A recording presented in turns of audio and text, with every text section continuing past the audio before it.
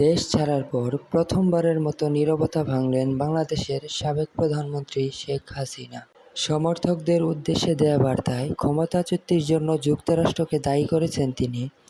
ভারতের বিভিন্ন গণমাধ্যম শেখ হাসিনার এমন একটি বার্তা প্রকাশ করেছেন। এই বার্তায় শেখ হাসিনা দাবি করেছেন, রক্তপাত ও মৃত্যু চাননি বলেই এই পদত্যাগ করেছেন তিনি।